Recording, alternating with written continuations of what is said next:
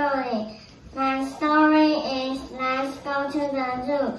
Today is a beautiful day. The weather is sunny and warm. It's a great day. Let's go to the zoo. There are many animals in the have long trunk. Giraffes are very tall.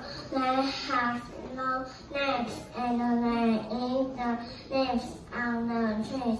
I see many cute animals in the zoo. I always have from here. And Emily, my story is Let's Go to the zoo.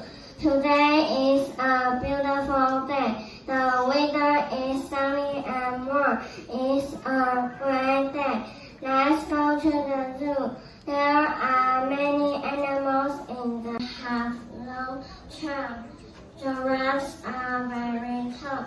They have long legs and they eat the leaves on the trees. I see many cute animals in the zoo.